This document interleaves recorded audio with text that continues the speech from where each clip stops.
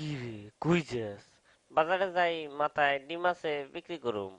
শুনলাম তুই নাকি বলদ, তো বাজারে যাই মাথার ডিম বিক্রি করবি কেমনে? এটা তুই বুঝবি না। তুই অত শুনলাম কম যাস না।